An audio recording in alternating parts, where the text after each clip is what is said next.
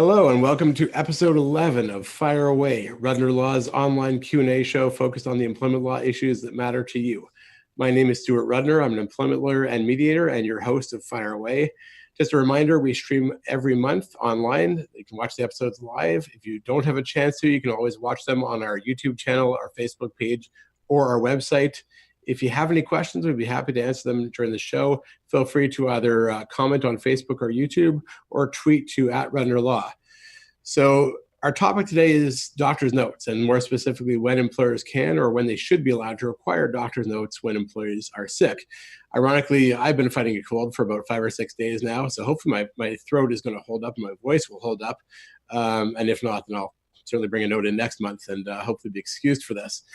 I am looking for the discussion today, and as always, I am joined by a guest. Today I'm joined by Omar Ha-Redeye, who is very well known within the Toronto legal community, perhaps Canadian legal community, and I had to laugh when I saw the show notes because it lists all the things that Omar does and then said, among other things. But Omar is a Toronto lawyer, a legal academic, an educator, and he is a frequent commentator in the media. So Omar, thank you so much for joining us today. My pleasure. Thank you for having me, Stuart.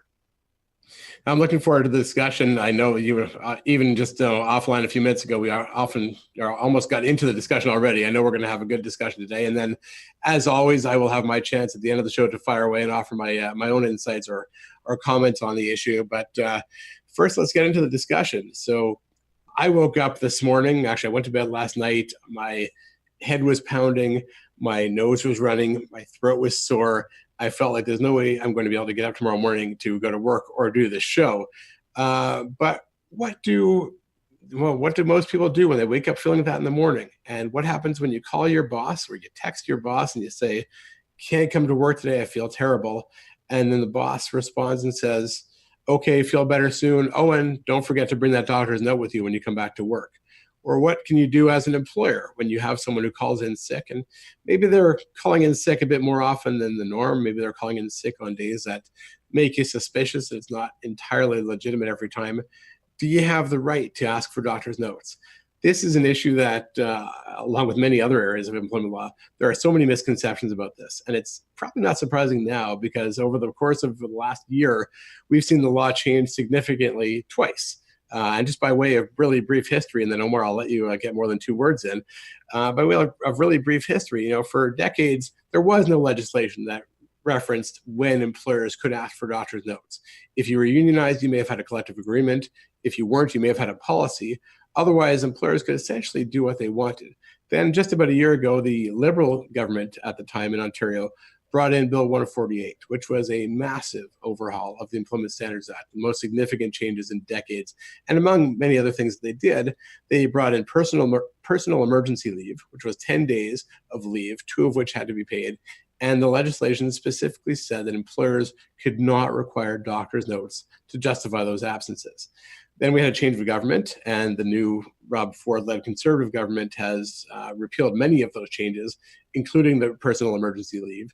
They have retained some of the specific days that employees can take, but they have repealed that prohibition on employers asking for doctor's notes. So in other words, we're back to where we were before, where employers are free to establish policies with respect to when they require doctor's notes and when they're not going to. And there's a lot of controversy over this, which I think Omar and I will certainly get into. But to start off with, Omar, what's your take on which was the right approach, or when employers should be allowed to demand doctor's notes when employees are absent? Well, like I think anything in employment law, it really depends about the employee that you're dealing with, the type of workplace that you're operating in, and the type of challenges that you're facing. In some types of workplaces, if you have employees who are chronically sick, that's going to create an enormous disruption in your operation. And I think this is really what the crux of it is, that the employment relationship is a contract. It's a special contract, but it's a contract. And so employees are being paid, they're being provided money. In return, they're supposed to work. Now, nobody expects you to work 7 days a week, 24 hours a day. It's the reason why we have limits on how much you work. And understandably, we all get sick. We're not machines yet. And so we all have those downtimes where we get sick. And the question then becomes, are you sick enough, or are you so sick that you can't come into work? And from an employer's perspective, if you do see employees, for example, routinely taking the day before the long weekend off, they're sick, let's say 20, 30 times in a year, it starts to become more of a concern because they're not getting out of that employment relationship what they really intended. It doesn't mean that they can just throw up their hands and say, I'm done with this employee, especially if you're looking to terminate someone or discipline them on the basis of their absences, and if they're claiming that they're sick because of those absences. So there is a process that you need to engage in. Yeah, and you hit on two key points. First of all, Omar, you said it depends, which every lawyer has to say at least every 10 minutes or so. I appreciate you covering that. But second of all, you gave the example that I always give, which is what about the employee who is sick every Friday before long weekends in the summer? And this is one of my pet peeves, which I will talk about when I get to Fireway later, but employers who have a policy, and the most common policy I see is, you're entitled to X number of sick days per year. If you're absent for 3 or more days, we have the right to require a doctor's note. But what about the employee who misses every Friday before a long weekend? Or the employee who asks for a day off to go to Las Vegas with their friends? The request is denied, and suddenly they're sick on that day, which I have certainly seen happen. So what about those suspicious absences? So employers, if you're going to have a policy, take the time to draft it properly, which means allowing yourselves the discretion to require doctor's notes when it's appropriate. And Omar, to the point you're making, there are times when it is suspicious. And that's probably a great segue. Rob, if you want to cue up that video from one of my favorite movies of all time, which is Ferris Bueller's Day Off. That's obviously in the school context, but the video demonstrates the fact that this is not a legitimate illness and the lengths that people will go to in order to get a day off. So Rob, if you could put that up. How could I possibly be expected to handle school on a day like this?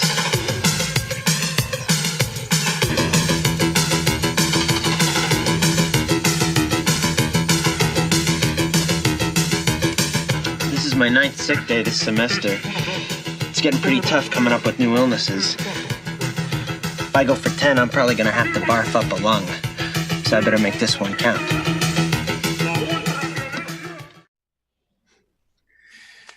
One of the main reasons I really wanted a computer as a teenager is so I could do stuff like that. So, Stuart, I'm going to speak to the policies that you described, and I think employer policies are very important, especially in terms of how we actually manage or gauge the employment relationship. And so, for employers, I agree, have a well-crafted policy. For the employee who might be getting sick and perhaps is unfortunately getting sick routinely over the course of a year, it's also important to revisit that policy to make sure that you're following it. The one thing I will say about policies, though, is that they need to be applied uniformly and without I would say, discriminatory or different basis for these individuals who might be getting sick. The reason for that is if you're not requesting a sick note from anybody in the workplace, even though your policy says that you should be, and then you have one problematic employee who's taking that day before the long weekend every single year, and you're having more scrutiny for them, you may actually have some difficulty then applying that same policy because there's a concept of condemnation where you're not actually implementing the policy uniformly.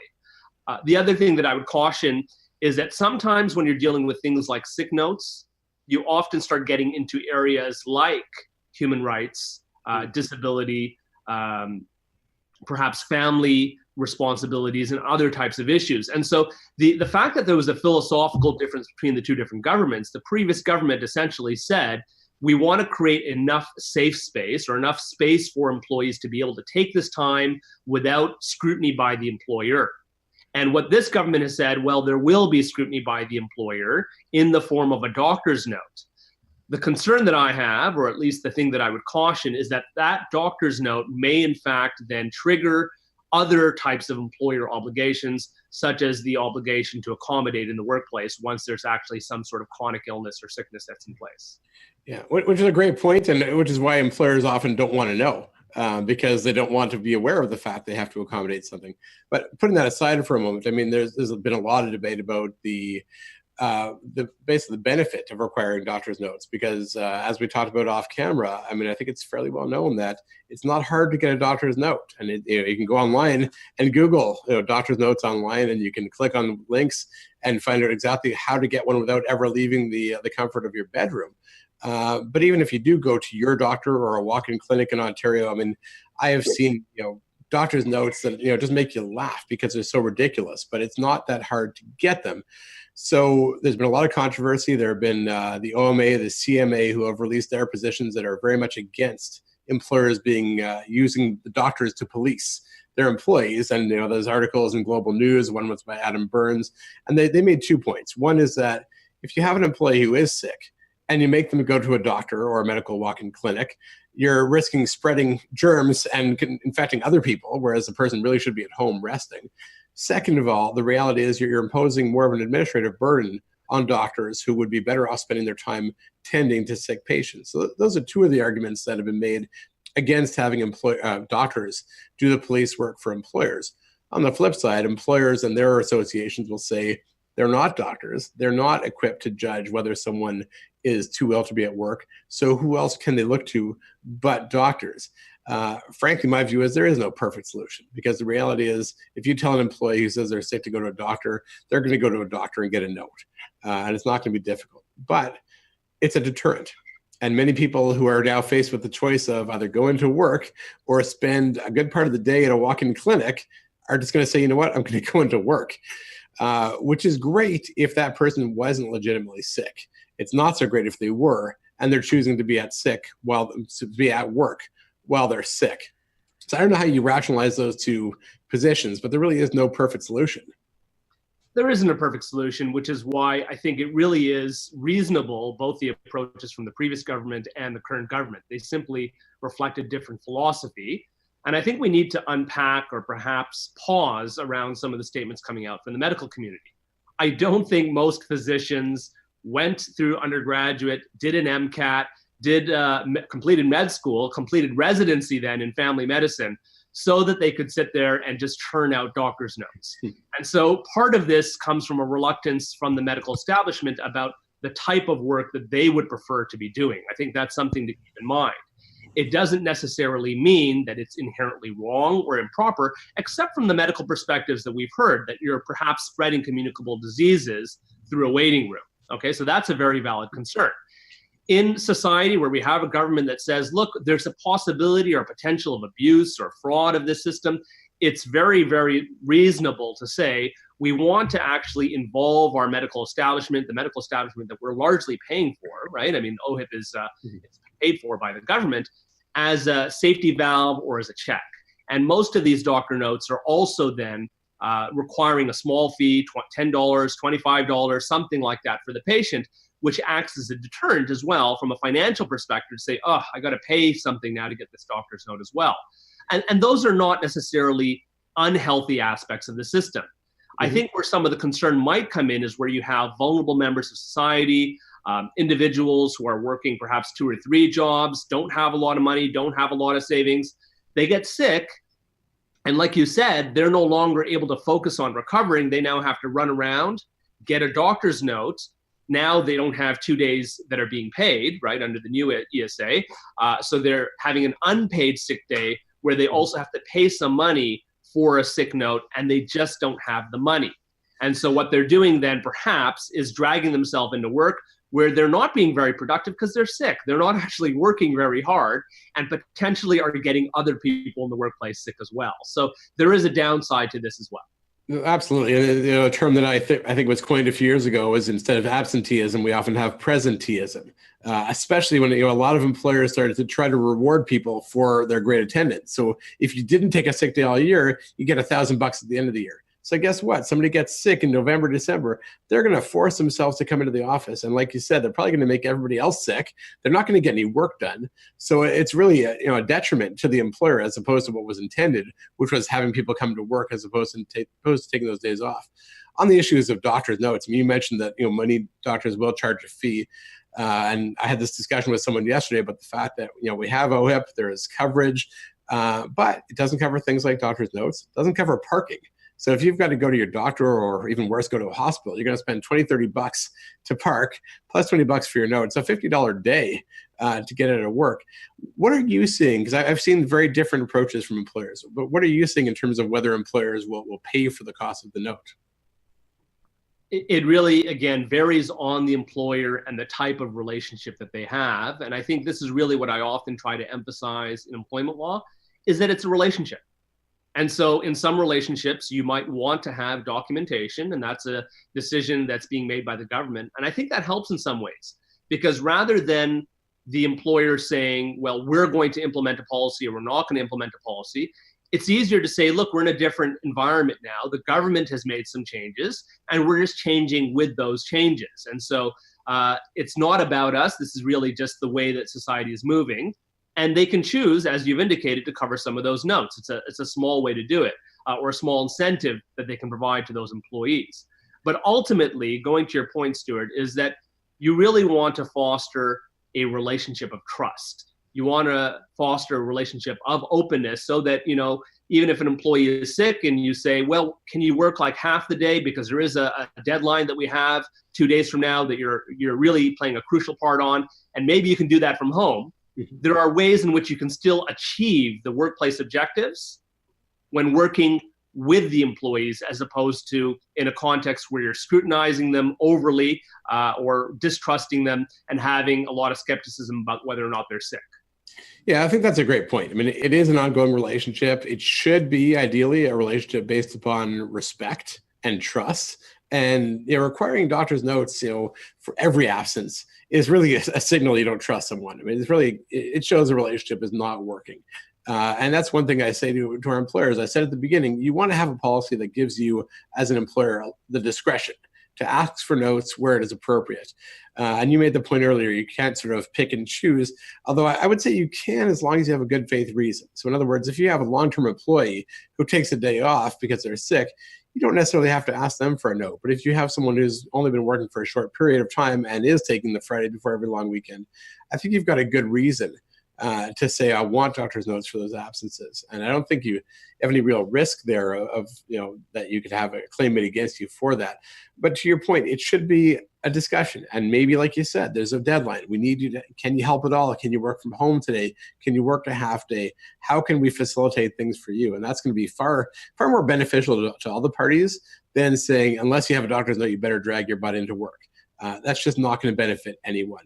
And if you get to the point where you just don't trust someone, I mean, I've written, most of the viewers know, I've written a book on just cause for dismissal. It's called You're Fired. It's got nothing to do with Donald Trump. I always say that now. You can always think about firing someone for cause. It's going to be pretty hard if they've missed a couple of days of work because they were sick. But the reality is, unless you're dealing with a unionized work environment, you can dismiss somebody at any time for almost any reason. So just let them go, package them out, and move on. Because obviously, if you don't trust them when they call you and say, I'm sick today, I can't come into work, there's probably much bigger issues in the relationship than that. So I kind of agree with you. You got to look at the bigger relationship and not just the one day that someone calls and says they can't come into work. Yeah, I think I'll add to that, Stuart. I think obviously progressive discipline is required if you're actually going to try to terminate for someone for cause. But if you're terminating them without cause, that's obviously an option of last resort as well. Because you're saying, I trust them so little, or they're just, repeatedly taking off the holidays or the workday right before the holidays, that I just don't, expect that they're going to be there for me when I need them to be there for me as an employer. What I often say to employees, though, and it goes equally for employers, that it's not just about termination. The way that you deal with sicknesses and absences as a result of those sicknesses informs your employment relationship even more broadly. And what I mean by that is, if there are discretionary year-end bonuses, if I'm an employer, I'm going to look at not only the employee who showed up or perhaps didn't take as many absences, but also who performed the best on the job. And that quite often entails whether or not a person is there or not there. It can also fit into promotion. So if you're in a larger company where there's a possibility that you could be moving into a higher pay role, or perhaps even a supervisory or management role, I want those employees who have those stellar attendance records, keeping in mind that I don't want to be discriminating against someone who has something that needs to be accommodated for. And so there are broader implications here beyond just termination. And I don't think we should be looking at the employment relationship as simply managing absences or sicknesses and the alternative being termination. So there is a spectrum in there in between where all of this affects the relationship as well. Yeah, I think that's a great point. And just on the termination point, and one thing I always say to people is, again, assuming you're not unionized, you can let somebody go at any time for just about any reason. One of the exceptions, of course, is human rights grounds. And if you're letting someone go because they are chronically absent, and then absence has to do with a disability, you've now breached the Human Rights Code. So you need to approach that very cautiously as well. So as is always the case, we are already out of time. So Omar, I will thank you for the discussion, which was interesting as I expected, and I'd love to have you back again, because one of the things I love about you is you can probably contribute to almost any discussion. So definitely have you back in the future, but thank you so much for joining us today. It was a pleasure, Stuart. Thank you for having me. Happy holidays. You too. All right, Rob, are we good to go? All right, now I get my chance to fire away, and I'm going to keep it short because my voice is dying as I go here, and I will get that doctor's note, I promise. In episode 11 of Fireway, we talked about doctor's notes and the changes we've seen over the past year, where the Liberal government in Ontario brought in personal emergency leave and a prohibition on the ability of employers to require doctor's notes. The Conservative government then came into power, made a whole lot of changes, repealed many of the changes to Bill 148, and also removed that prohibition. So now employers can ask for doctor's notes again when there is absence. There's a lot of controversy over this. The medical associations are adamantly against employers using doctors to, as they say, police their employees and require doctor's notes. They say it takes away from valuable doctors' time. It risks spreading communicable diseases by making someone go into the doctor's office and get a note, etc. One of the points I wanted to make, though, in my chance to fire away today is that the only reason we're debating this issue of doctor's notes, the only reason that employers want the right to require doctor's notes in certain circumstances is, like so many aspects of employment law, the need is driven by the minority of people who abuse a right, in this case, the right to sick days. If people only took sick days when they needed them, this would not even be a discussion. The reality, though, is that we all know people who want to go away to Vegas for the weekend and they're out of sick days, or they're out of vacation days, or they have a friend in front of town, they don't want to burn a vacation day, so they call in sick. Or, as I have seen happen, people actually ask for time off. The employer says, unfortunately, you can have that time off some other time, but we need you in the office that day. And then they mysteriously become sick on that day, which is just so blatant that it's almost inexcusable. But that's where an employer should have the right to require documentation and essentially, police that situation and impose discipline or dismissal in the right cases. So that's what we're talking about. What baffles me, and one of my pet peeves I want to talk about today, is why there are so many employers that unnecessarily limit their own rights. So if you're unionized, you have a collective agreement, you've got to negotiate that. And odds are you're going to have a sick leave policy which says something like, if you're absent for more than 3 days, then you are going to be required to bring in a doctor's note. The reality is that we often see the situations I mentioned earlier, where someone is taking 1 day, but it's clearly, or at least appears to be, fraudulent. Or you have the person who is conveniently absent on every Friday before a long weekend in the summer, and you want to ask for a doctor's note. If your collective agreement says you can only ask for one after 3 consecutive days, you're out of luck.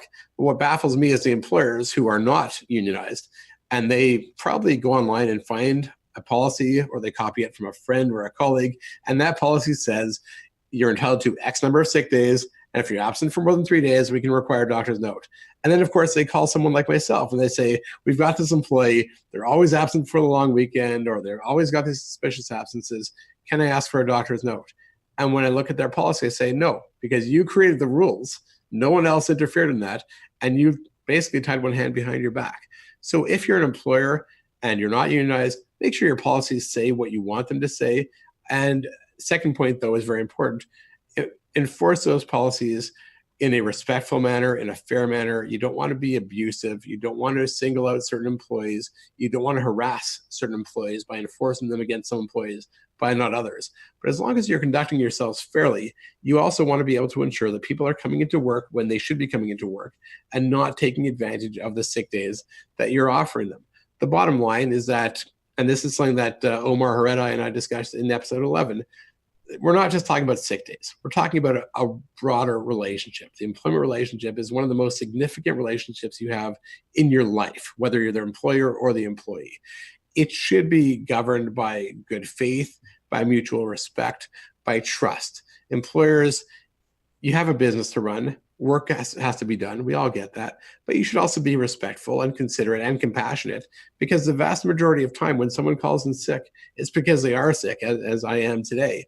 But when there is an abuse, you as an employer want to have the right to control it, i.e. by requiring doctor's notes, knowing that it's far from a perfect system, knowing that it's not going to be that hard for someone to get a doctor's note, whether they go online and Google how to get doctor's notes online, or whether they go to a clinic. Just the fact that they have to will act as a deterrent and may cause some people to choose just to come into work rather than taking a day off when they don't really need it. But employees need to know that if they are sick, if they have a legitimate illness, their job is not going to be in jeopardy if they take the day off. At the same time, employees should know that if they are abusing the sick days that they are provided with, then there are going to be consequences. There may be discipline, up to and including dismissal, as we often say. So that's my 2 cents worth for today, and you got it here for free.